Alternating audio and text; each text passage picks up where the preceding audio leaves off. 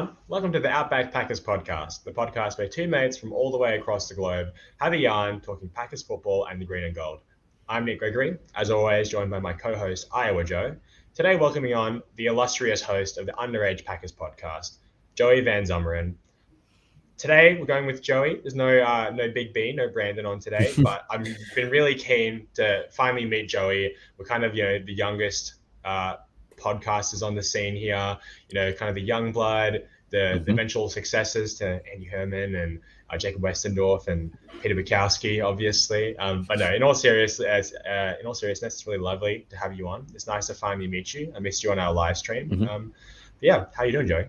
Absolutely, I'm doing great. I'm feeling a little bit like Rashawn Gary replacing Clay Matthews since you guys had Wes Hodkiewicz last week. I mean, he could be mistaken for a 19-year-old at a glance. So, and we both have brown curly hair with glasses. So we're pretty much the same here. So in all seriousness, so thank you guys so much for having me on.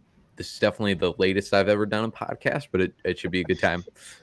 You know what's funny? You mentioned Wes. Is I just watched your guys' cheese curd video. Oh, And yeah, he's only like 2 or 3 years younger than me, but he looks like he could have been in high school yesterday. Yeah, I know. I mean, the first time I saw him in person, I was like 2 inches taller than him.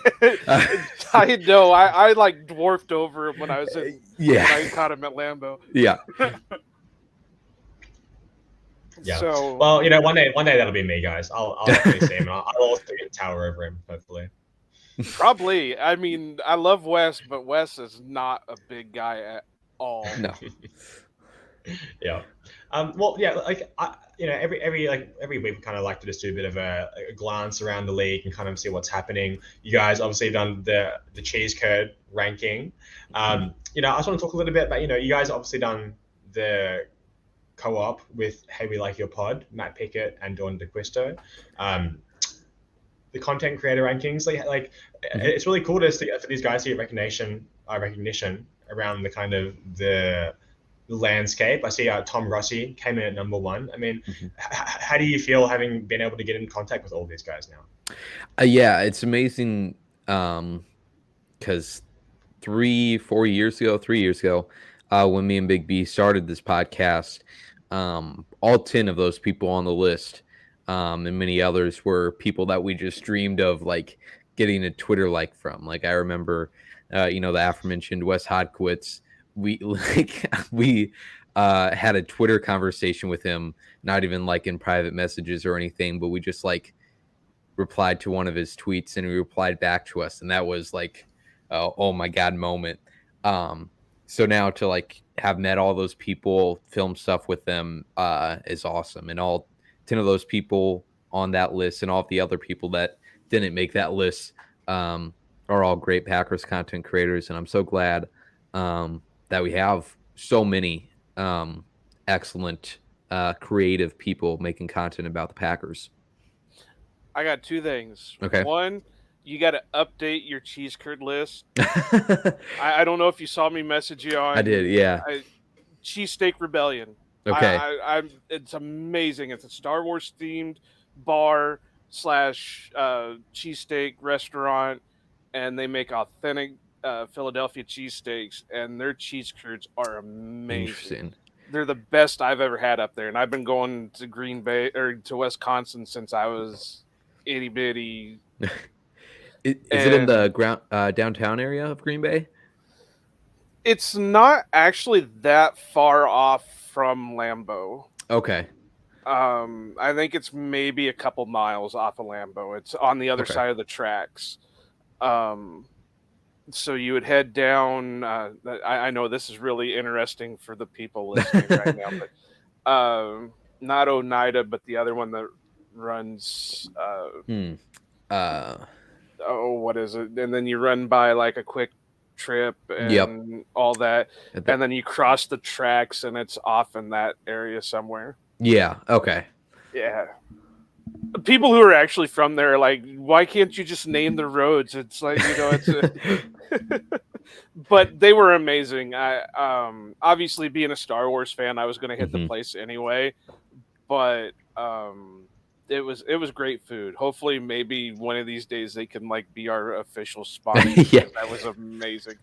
And number two, I'm really disappointed that we weren't number one on all your lists. I'm sorry. It's 10 Outback Packers. Yeah. Hey, we didn't make the list either, so I think that says enough too. Well, it's something I have to ask about as someone who's like, I'm like, by trade, I'm a chef, and I see Americans, always like into like the cheese curd thing. I've only ever had cheese curds like once in my life. It was on like a poutine, and we had to like buy them in. It was this whole big deal. But like, what is this like thing with cheese curds? I mean, why are they so popular? Fried food.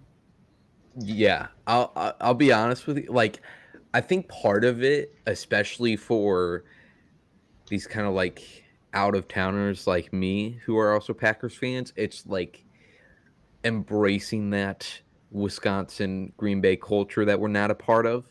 So that's part of like the cult aspect of it, but then also it is really good. Like I haven't had many bad cheese curds. It's basically like the American fascination with fried food, period. Mm-hmm. I mean, that it's like if you were to go to a state fair, you'd get like deep fried Oreos or deep fried, hell, in Iowa State Fair, you get deep fried sticks of butter. And so, I mean, it's deep fry everything, but Wisconsin being one of the major dairy states in the United States, cheeseheads for a reason. Mm-hmm. They include cheese on everything. My dad's got a friend that eats a slice of cheese on his apple pie. And so, I mean, and he's from Wisconsin. So, I mean, it's all that they incorporate cheese on everything. So they just batter up a cheese curd and fry her up. Well, I will say, like, as like a Filipino as well, it's quite common in the Philippines to have like kind of like craft single type cheese. Like they use that on a lot of like desserts. There's a dessert called ensaymada, and it's like kind of basically like a muffin, I guess, like a sweet roll kind of thing, and they grate on like a block of like the fake craft cheese on top. So I mean, I can't really like make fun of you. I'm more just like curious because like and I always see the thing with like Culver's has like the curd burger thing, and it's like a big deep fried cheese curd on top of the burger. Like huge. I've had the curder burger 2 times. The second time was a much better experience, but it is not I mean, I love it for like the memeability of it, I guess, but it is not a great burger. I'm getting too old for that stuff. It's going to cause a heart attack pretty quick. So, but no, I've never really had bad curds, except for one time in one place, and it's really weird. Iowa City has a Quick Star, which is basically Quick Trip. It just for some reason they have to call it Quick Star in Iowa, and their cheese curds suck. And that's hard to say because it's a Wisconsin-based store and all that, but they're mushy, they're nasty, and I've given them a couple of different chances thinking, all right, well, maybe I came in on a bad day or whatever, and they were horrible. Yeah. The funny thing about filming that cheese curd video last year was that like it wasn't like we got the cheese curds and ate them in 10 minutes, especially on that last day of filming. We had like 2 or 3 more places we needed to stop at, and they were all around. So I was driving to downtown Green Bay for Copper State Brewing Co. and then like heading back to Kroll's. So by the time we ate the ones from Kroll's, they had been like out for 2 hours. I think we tried to microwave them, but they were awful after all that time. I gave them the real rating probably should have been like a 2 out of 10, but because I love Kroll's so much and I knew like this was not their best go at it, I gave them a 6. Well, and if you would have said anything bad about Kroll's, they would have not allowed you back in the state of Wisconsin again. So yeah, definitely. But sidetracking a little bit like I normally do. What are your normal hit-ups when you go to Green Bay? Not just food, but I mean your normal stops. Yeah, definitely. So one of the great places that I've been going since I was really young. My dad is from Appleton, so I've had plenty of trips up there for family and everything. But Uncle Mike's Bakery, which I think might be in De Pere, they have some great donuts, some great cookies there. As far as restaurants go, I love, first day in Green Bay, I always got to hit up Stadium View, some great burgers there. Shoot, I'm blanking on the name, but I know it's like a historic restaurant in the downtown area where the old train tracks used to run through, and they preserve those. Yeah, I'm completely blanking on the name, but that's great too, and I'm sure there's people out there that know what I'm talking about. Yeah, exactly. And then also 1919 in the stadium. It's corporate for sure, but right. It's good food there for sure. Now, like, what other non-restaurant type places do you hit up? Like, whenever I go up there, I've got to hit like what is it, Card and Coin, and was my first answer. Yeah, and then just recently I started kind of getting into comic books again, so I went to Powers Comics, which oddly enough, my buddy Wes tells me that is like co-owned by Mike Daniels. Oh. So. I remember reading about that. Yeah, and I didn't know because I've never really been a comic book guy, but again, sidetrack a little bit, but I'm a big Turtles fan, Teenage Mutant Ninja Turtles. Okay. That was some of the first cartoons I watched, and of course I was like 5 when the first movie came out and all that stuff. Well, I was never big in the comics. Well, they just released a new graphic novel called The Last Ronin. And I saw the trailer of it, and I was thinking, man, this is a nice. This must be one of the animated movie, like the DC animated universe, or something like that, or it's a new video game or whatever. And no, it was a comic book trailer, and I was like, what? So I went in there and got The Last Ronin, and it was great. So that's a new spot that I go, and then what's the other one? We go to Appleton. I was blanking on the name for the because they've got it used to be In the Game, but it's basically Waukesha Sports and the Fox River Mall. Okay. And yeah, so Card and Coin, Big B introduced me to that last year, and I'm sure his mother has lost so much money to that place. I mean, he could spend 3 hours in there. He's a very passionate card collector. I just love looking at all what they have. I actually have a canvas of the picture from 2011 where Rodgers is holding the trophy and Matthews is putting a belt on his shoulder. I got that from there last year and never bothered to hang it up. But that's a great place that I'll be hitting up every time from now on. I mean, Titletown, it's always fun to go there. And then, I mean, one of the things that we were talking about earlier about like embracing the Wisconsin culture is like kind of just going to small grocery stores and experiencing what that is like. Like I think we went to a Piggly Wiggly last year, which was my dad's first job. So that was a heck of a time. And then you talk about Appleton, remind me of another restaurant, which I've been going to since I was like 4, and they've changed the name a few times, but I think it was originally called Frank and Pat's Pizza, and then just Pat's, and now I think it's called Cranky Pat's or something like that. But that's not the one near the Paper Radisson, is it? Or Paper Valley Radisson? It might be. I couldn't tell you. I just know it's in downtown Appleton. Might be College Avenue. I don't know.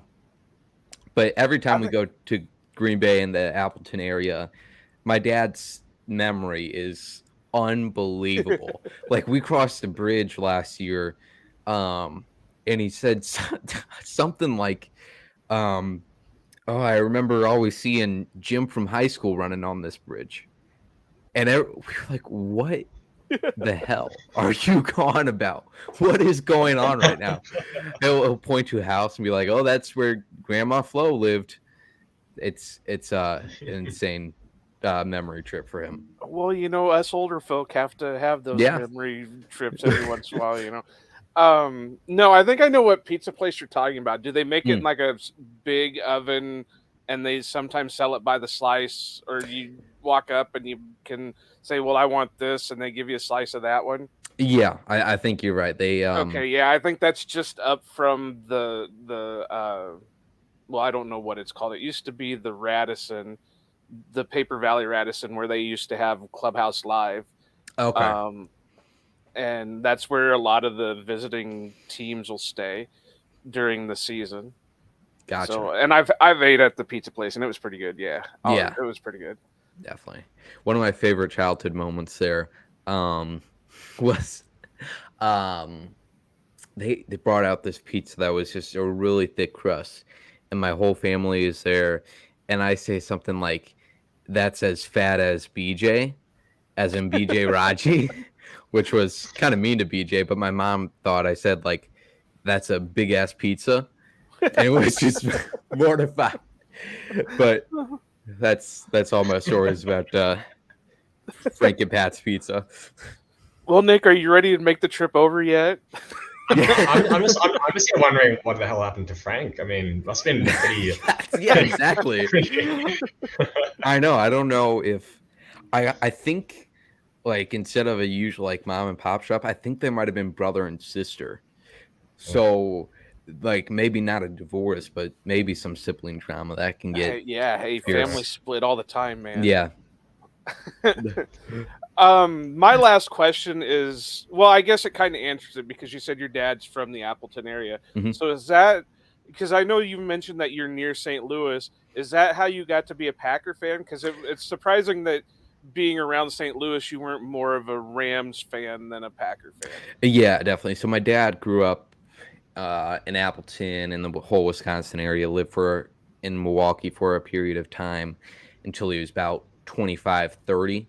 So I've never lived in Appleton. All my siblings were all raised in the St. Louis area. So we were pretty much born in it and never really cared that much about St. Louis or the Rams. Hey, that I understand, man. When I was a kid, they weren't much of a team, and then they started getting better, and then of course what year was that? Where Favre threw like 6 interceptions, and yeah, so I wasn't a big St. Louis person either. Yeah, it was basically just like a great time when the Packers came every 2 or 3 years. All right, Nick. That's all I got for this moment, and I could live down memory lane in Wisconsin for like a whole 2 hours just because I spent a lot of time up there because my mom had family about an hour south of Green Bay. So I had been going to training camp since I was like 9. So yeah, me too. Yeah. Well, that's why we got to get this podcast bigger. Then we can just say, hey, hop on the plane, get over here, and we'll go to the game or something. It's always just so interesting to hear about this stuff because, especially for you guys, it's like, you guys kind of grew up with it. And actually really funny, like last night I was out at the gig and one of the people who was serving me, she's like from Minnesota. And like her dad has like season tickets and stuff, and she's just here in Australia, like just chilling out for a bit. And it was just so random because like she noticed I was wearing like a Bucks jumper, and she's like, oh, like why are you a Bucks fan? Packers, blah blah blah. And she's like, oh, Packers fan. It's like, oh. Because I'd feel pretty comfortable saying I'm probably the biggest either Packers or also NFL fan in this country. And it's really it's hard to find people. I talk about this with like a bunch of other people as well, but it's always hard to find people who actually like understand the climate of the NFL. But yeah, it's always cool to hear like what other stories that you guys have because like even the most diehard sports fans here in Australia aren't really anywhere close to the average person in America. Yeah, those are fighting words, Nick. I mean, there's Dan from Australia, and he's a listener of the podcast. He's going to come at you for saying you're the biggest fan down there. Bring it on. I feel comfortable saying it. We're gonna have the battle of the kangaroos going on down there. This is gonna be awesome. So yeah, the last thing I just want to say before we get to the theme of the show is, I just want to say it's really cool to see that Trey Watson has joined Packaday. He's on the show with Morley and Westendorf now.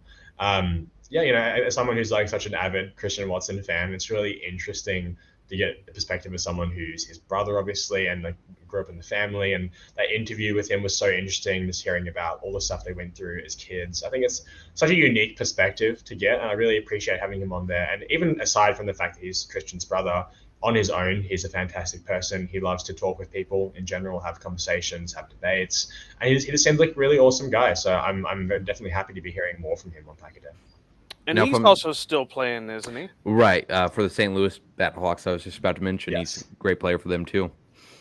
Yeah, so it's a great pickup, and of course we love Jacob Westendorf. He seems to always find his way into our show somehow, some way.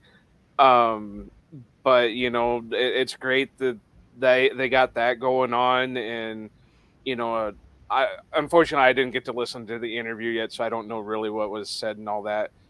But it sounds like Trey's going to be with them pretty much all season, so it's going to be a good thing. It's going to be a great thing to get his perspective after hopefully Packer victories, no losses or anything like that. But especially this season with so much unknown, it's always great to get.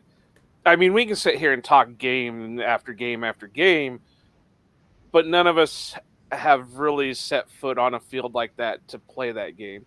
I played a little bit in high school. Nick, you played a little bit in high school. Joey, I'm not sure if you played a little bit in high school. Wait, you're still in high school? No.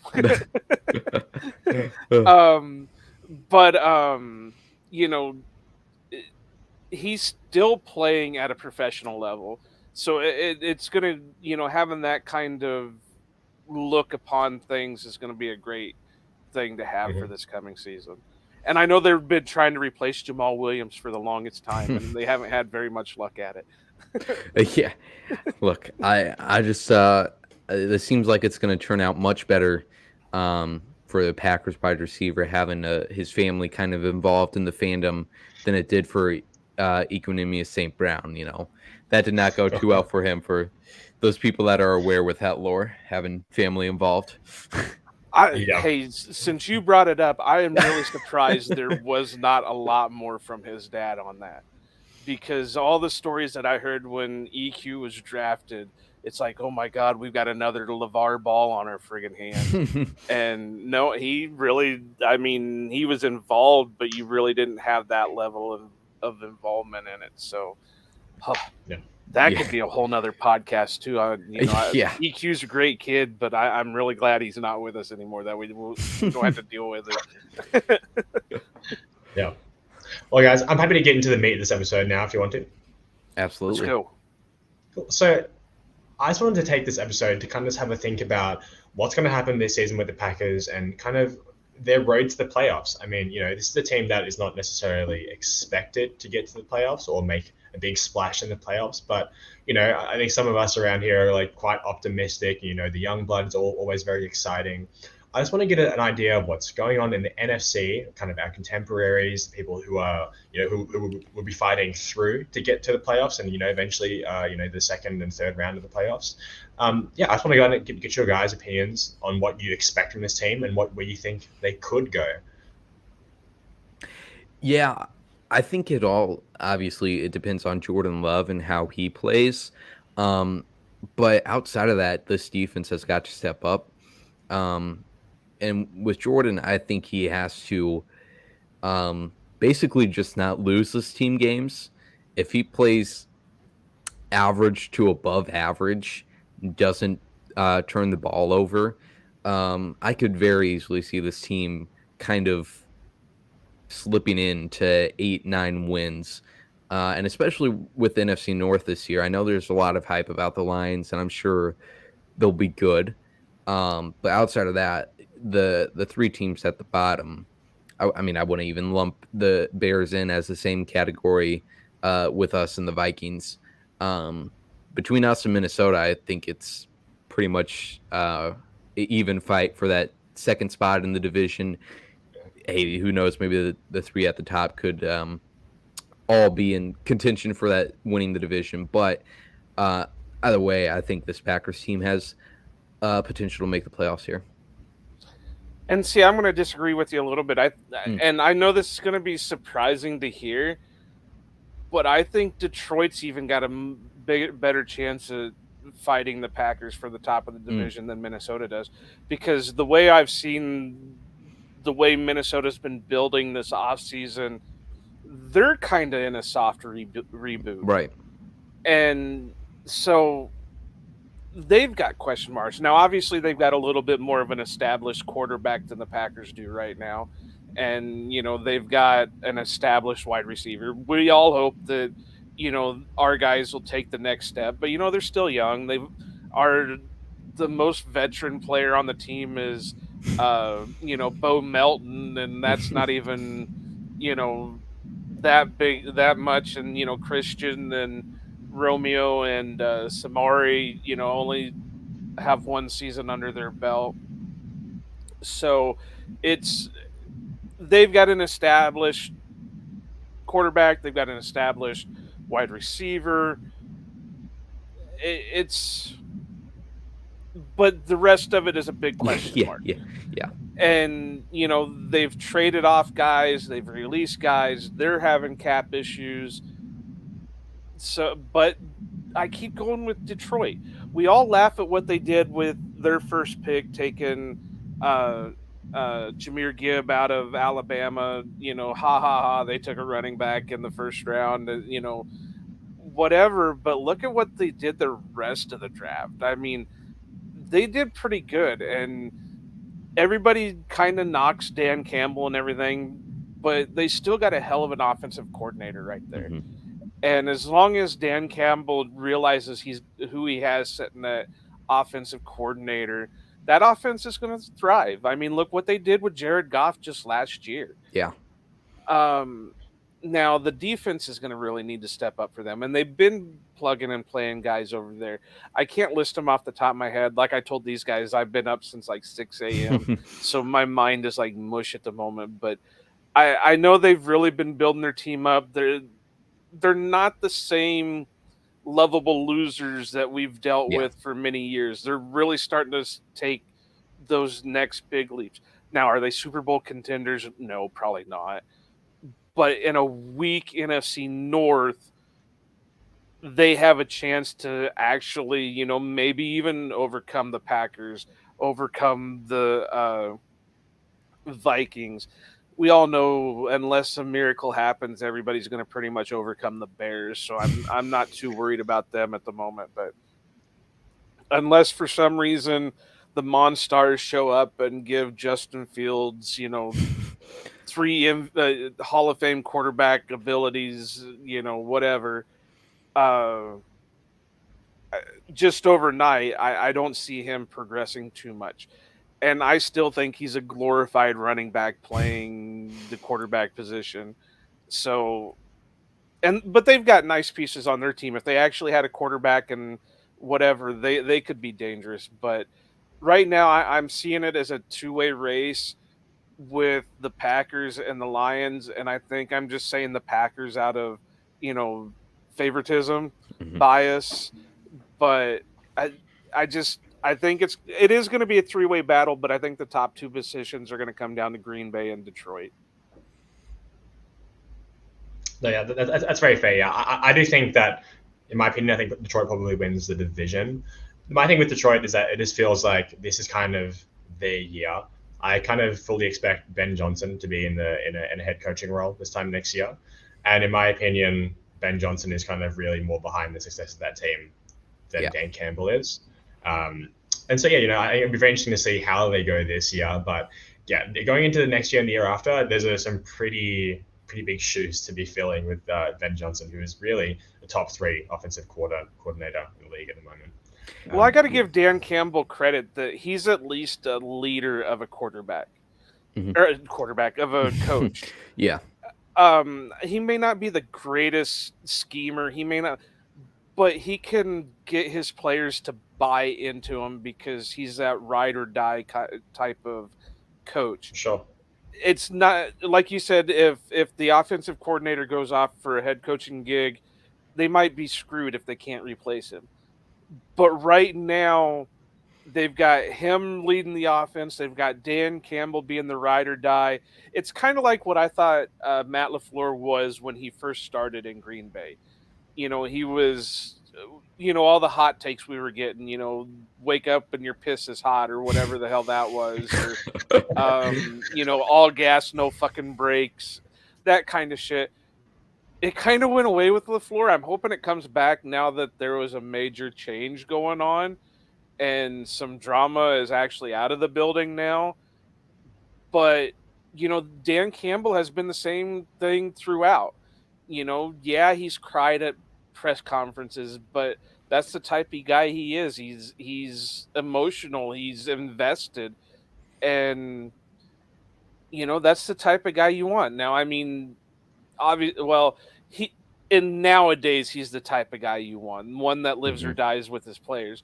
I mean, obviously we would love to have a Vince Lombardi or a Tom Landry or something like that right now, but I don't think they could survive in today's game. But Dan Campbell is good at what he does. Yeah.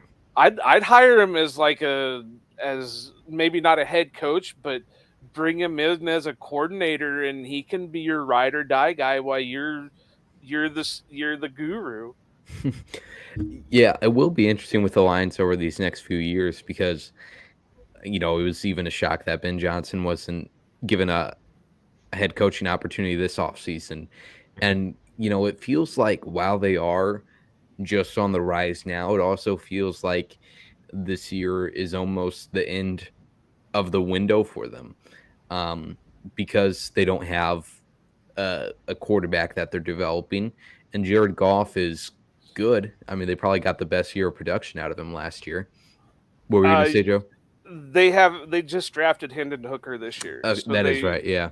They while he's coming back from injury, but this is a guy that they were talking that if he hadn't been injured could have been a mid to late first round, early second round pick.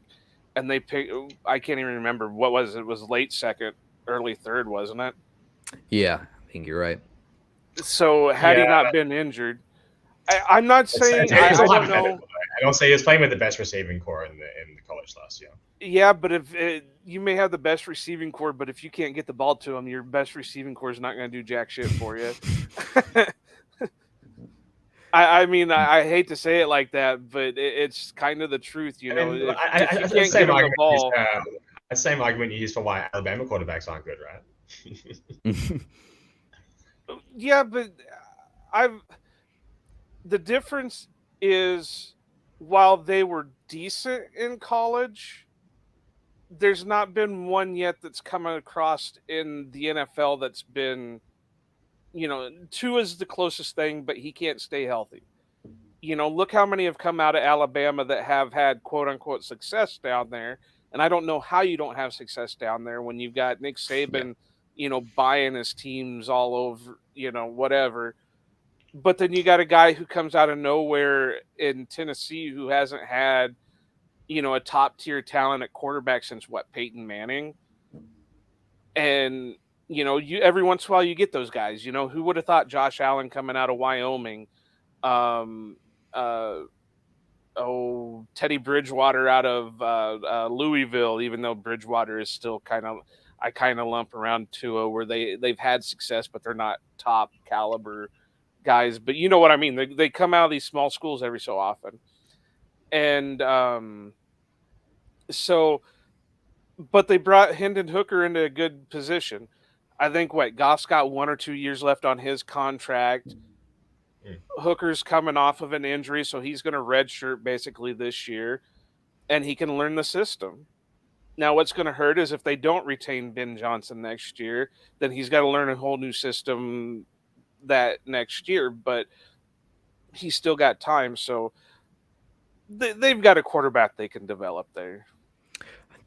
I think it's time to raise the question if Bart Starr was the last truly great quarterback to come out of Alabama. Probably. Bryce Young, the 5'6" quarterback. Yeah. I had to laugh. They showed a picture of. I saw a picture of Bryce Young at practice on Twitter, and even the coach, who was like 40 yards away, still looked taller than he did. There's that really infamous photo of him with Mina Kimes, and she's taller than he is. That's like, my favorite. My favorite piece of content to come out of Twitter is our fans from one of the Vikings beat writers, I think for PFF, posted a picture of Bryce at the combine walking right next to a tight end who just towers over him. And our quote tweeted it and said something like, the scary thing is that tight end is 5'11". I fully believed it. Yeah. I mean, we don't know. I mean, I was even surprised Kyler Murray had early on success, and he's 5'10", 5'9", 5'10", something like that. Yeah, but Kyler is stocky, though. Bryce is not. So, yeah, but height, no matter what, that's why you don't see a lot of quarterbacks that are under 6 foot, because you got to remember, most of your offensive linemen are 6'5", 6'6". Yeah. If you can't see over them to make the throw, you're not going to be going to be doing much. Well, it's like the biggest concern that I heard. Last thing I want to say before we move on to the other positions. The biggest concern for me and for other people with Bryce was that like he doesn't have enough weight. Like I don't think because I'm thinking in kilos, but he's like not even like 80 or 90 kilos, which is like 190-ish pounds, 200 pounds. When he weighed into the combine, a lot of people were pretty dubious about it, and that's kind of the bigger concern more so than height, because like I'm not sure if he's gonna actually be able to like survive in the NFL taking hits on the regular. Yeah, I don't know. I want to say that they made a big deal out of it, that he actually weighed in at like 205 or 210, something like that. And it's like, well, you're still 5 foot nothing, because even Drew Brees, who was 6 foot, had to modify his game to throw over his tall lineman. Because if you ever watch him, he always had a hop to him. So he always hopped up onto his toes to make the throw. Yeah. All right. So outside of the NFC North, what teams do you think will be the best? I mean, I kind of predict, maybe it's a little bit of a hot take. I've been thinking this for a little while, that the NFC East is going to be the best division in football, which I don't know if that's a hot take or not or whatever, but between the Eagles and the Cowboys, who I predict to remain strong, the Giants are kind of still in the up, and I think that Washington has a lot of potential there, and they played actually quite well towards the end of last season. Our defense is actually pretty good. And even aside from the NFC East, NFC South, I think the Panthers are probably going to be doing better than they did last season. The Bucs, kind of still in the air. And the NFC West, obviously the 49ers are still there, man. And the Seahawks are also kind of on the rise. I mean, who do you think from each division is going to be like the big dog?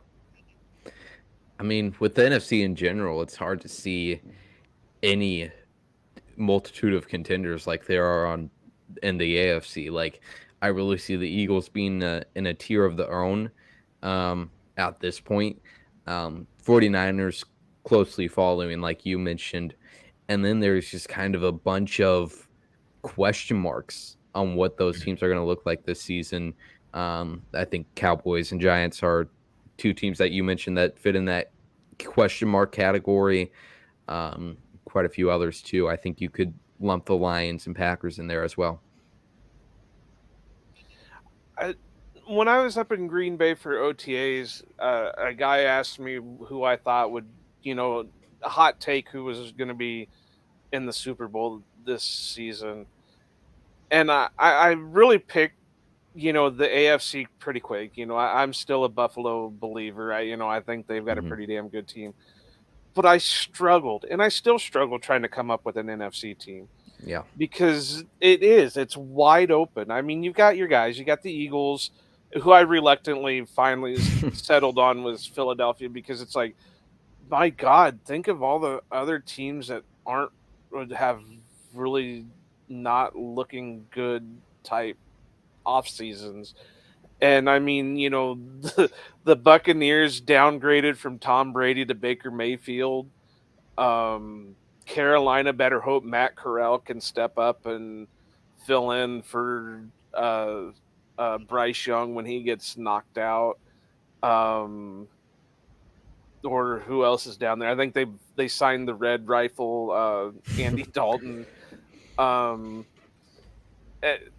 But Seattle had a nice offseason. They had a pretty good draft. I really loved their draft. JSN, man. Yeah. Well, they just made a lot of picks throughout the whole draft that just made a lot of sense for them. But then again, it's a gamble because you don't know what they're going to do in the NFL until they actually do it. But yeah, like Joey just said, Eagles, 49ers, depending on how the quarterback play goes on there. And that's about it. I mean, I keep saying this in every episode we've had. I really am excited for the Packers season because it's unknown. But realistically, the Packers could go anywhere from like 3-13 or 3-14 or whatever it is, or 13-4, because we don't know. And I know Jacob said last week that, you would think that they would at least win 6 games. There's no way that they're going to go, they're not going to win a game or they're going to only win 3 games. But there is a possibility because injuries take their toll. Maybe Jordan Love takes a hit and then he's not comfortable in the pocket the rest of the season. Whatever happens. But when you look at the rest of the teams in the NFC, there's nothing there that really whets your appetite for the team that you want to represent the NFC in the Super Bowl. And that's scary because all the good teams are coming out of the AFC. So does that mean the AFC is going to be dominating the Super Bowl for the next, 2-3 years? Kind of feels like it. Yeah. Well, yeah. I mean, you got the Chiefs, you got the Bills, Bengals, Chargers, Jaguars. Right. The Jags, man. Jags gonna be Pittsburgh could be on the up and up. They got the young, Kenny Pickett going on. They made a lot of solid draft picks outside of Bigfoot. What's his name? Washington, the guy that Nick wanted all off season until we. Donnell Washington. Yeah. We found out that he was a complete. Yeah. I was in the same boat. Yeah. But it's scary that the NFC or the AFC is the dominant conference, and something's got to happen. Hopefully some of these NFC teams start, and you also got to look at it. The teams that are all in cap hell right now, most of them are coming out of the NFC.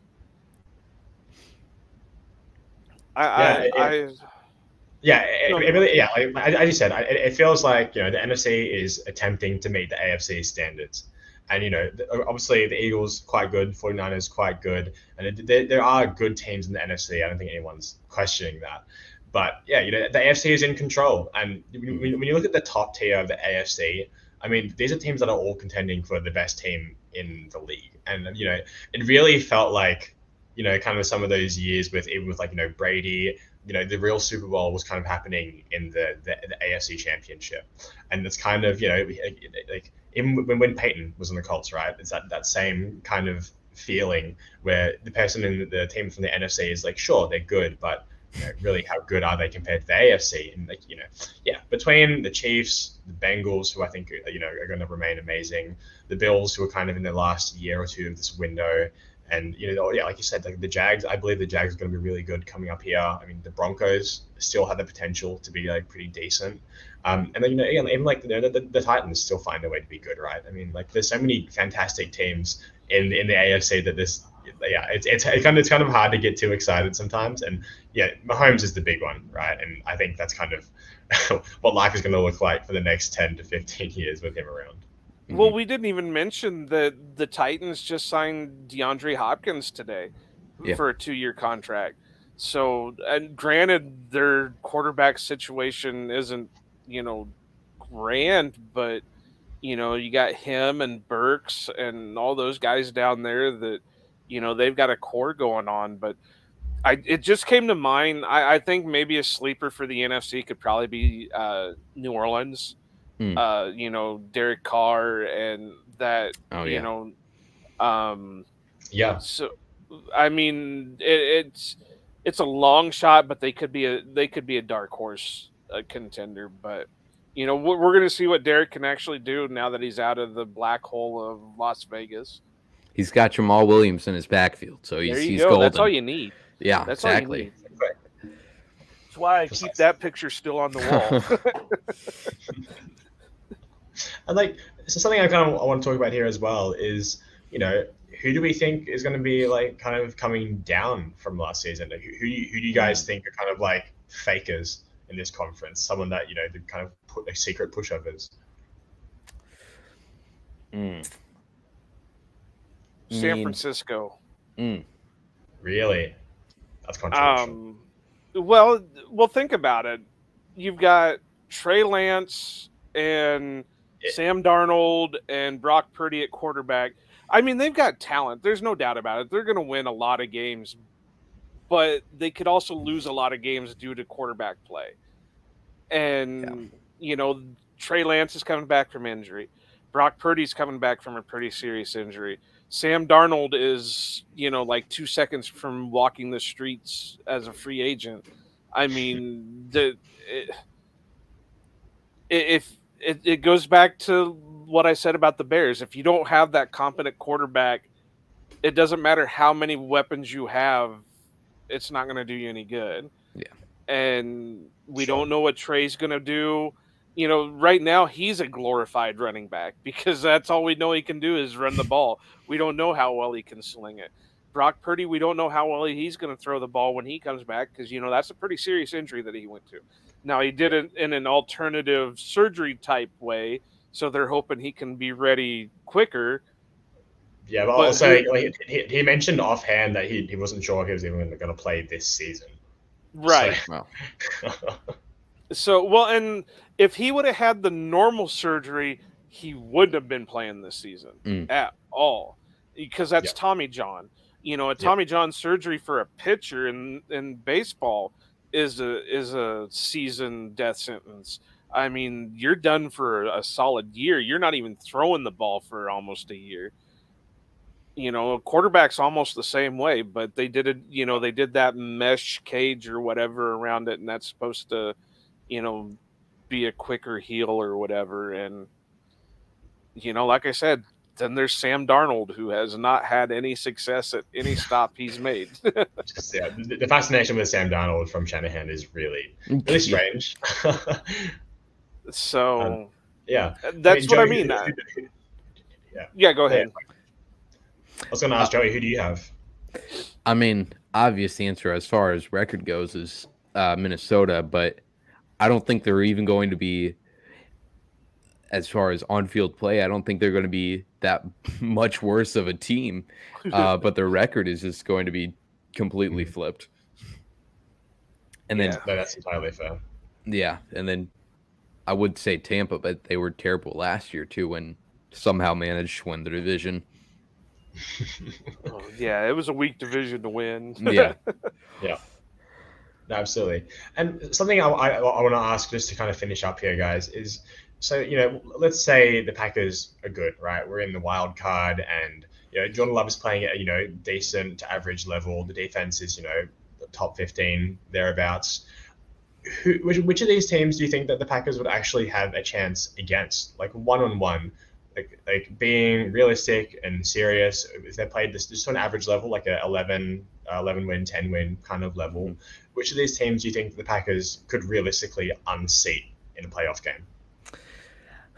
It's between the top two teams. I see that as a hard matchup. I remember watching the Seahawks versus 49ers wild card game last year, which is the game the Packers would have been facing San Fran in, and just thinking, Man, I'm a little bit glad they did not beat Detroit in Week 18. So that's difficult, but I think my answer as far as like a realistic playoff opponent would be Dallas. We saw them beat them last year. Their defense is interesting. It's a question mark. They seem to have, well, at least through one game, Matt LaFleur seems to know how to beat Mike McCarthy. And honestly, that game would have not had to I believe it went to overtime. Yeah, it did, because Mason had that game winner, but it wouldn't have had to been that close if Amari Rodgers just catches that punt late in the game. So I think Dallas is a realistic beatable game there. I'm going to swing for the fences. I'll say Philadelphia. Okay. If we go with what Nick just said, where the offense is at least being an average offense and Love is producing at an average level, and the defense is stepping up and playing, because realistically, even last year they weren't even playing average. They were still, pretty bottom of the barrel. So if we're looking at an average team, and Jordan Love almost led a comeback against the Eagles last year, if he can come in and be average and play at that level like he did in the time he played against them last year, the sky's the limit. I mean, they could easily topple Philadelphia. It's kind of funny, Joey, that you said that you were scared to go against San Francisco last year.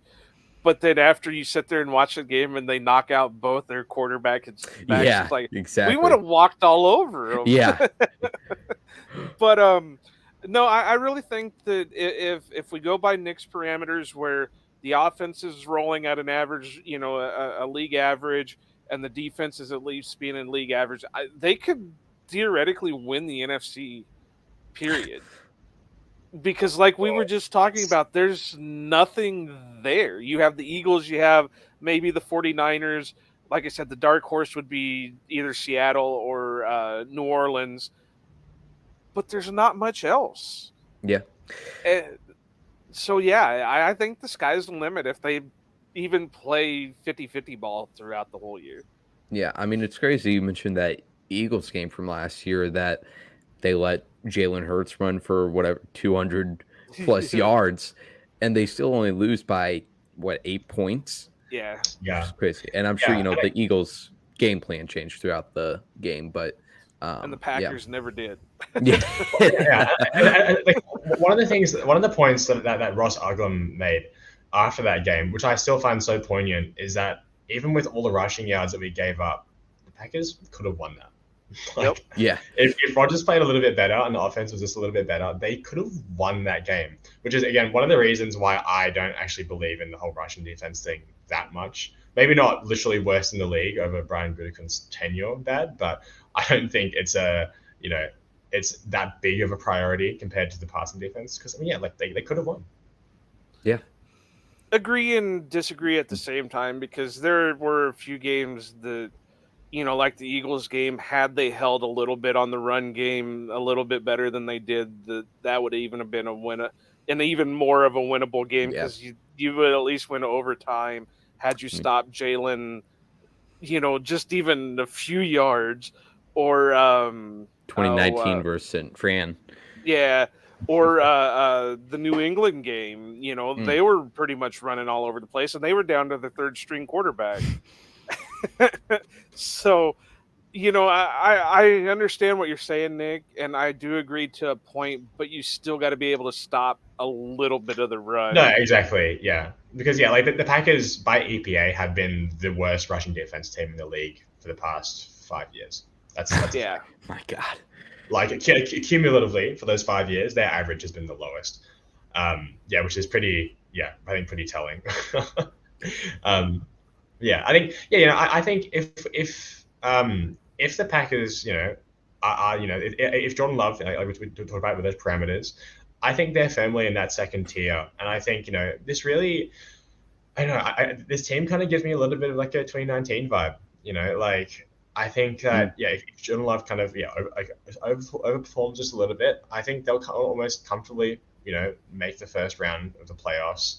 And it'd be funny again, like if a team like Seattle or like you said, New Orleans, I think they match up kind of well against those teams that aren't like as super ultra physical. And I think Green Bay has the capacity to match up with like good receivers as well. If we get something out of these safeties here, out of Anthony Johnson Jr., they have the corners to run with these receivers, right? And that's kind of what we saw against the Cowboys last year, which is why I think the Cowboys should be really scared of the Packers if they do have to meet up in the playoffs. Like, yeah, I think the answer can't really get any better than what you've presented, Joey. I think the Packers focus on running the ball this season and their ability to snuff out these teams with that rely on their receivers more so than their running game. I think that's like the ideal matchup for the Packers. I don't think you could get any more perfect for what our strengths are, right? I think it's because the Eagles are so physical and because the 49ers are so physical, the Packers really kind of struggle to make ends meet in the trenches there. But yeah, these kind of like finesse teams, I think that the Packers really, it's anyone's game. Definitely, yeah. And Aaron Jones always has a great day against Dallas, so there's that too. Absolutely. Aaron Jones is just a great guy, great player, and I know there's been a lot of talk this last couple of days about overrated, underrated, and Aaron Jones is like the ultimately underrated player in the league. He gets no love out of very little. I mean, you got your guys like James Jones or whatever that will step up and say, hey, watch this guy. But even, coming out of almost nowhere in the 5th round out of UTEP and becoming like this major player on this offense, it's just, and now with Rodgers out of the way, and I know I keep harping on this, but they're going to rely on the run a lot more. And I know they're going to give Jordan the option to do what he needs to at the line if he needs to make any changes. But I can see it being more of a run-heavy offense. And, it's going to be a split between Aaron and AJ and whoever RB3 is going to be. I mean, there's going to be a good battle for RB3. You got my guy Tyler Goodson, and then you got Lou Nichols, and, of course, they still got Patrick Taylor floating around out there. So, yeah, if anybody's underrated, it's majorly underrated, and that's Aaron Jones. Yeah. Yeah, I was going to say he's underrated by his own offensive play calling staff. Yeah. Well, Nick, how many times last year during the season were, the over-unders that we were doing, it was always, is he going to get more than 9 carries in a game? Is he going to get more than 5 carries in a game? Yeah. Yeah, no, I distinctly remember, especially towards the end of the season, every week Joe does the over-unders and he'd be like, Aaron Jones over, 56 yards. And I was like, 56 yards? Come on, as if, over. And it was like 40. Like, oh my God, come on. So, all right. So I got a question for you guys before we go into our last bit.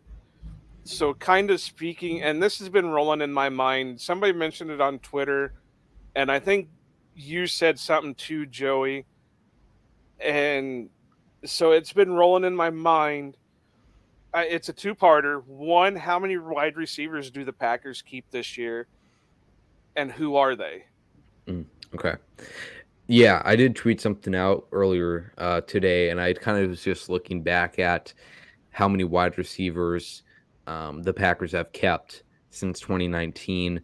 Having kept less than 6 under Matt LaFleur, only one time, that was 2020. And it's interesting because I would say they're going to value experience, but the experience is literally Jeff Cotton.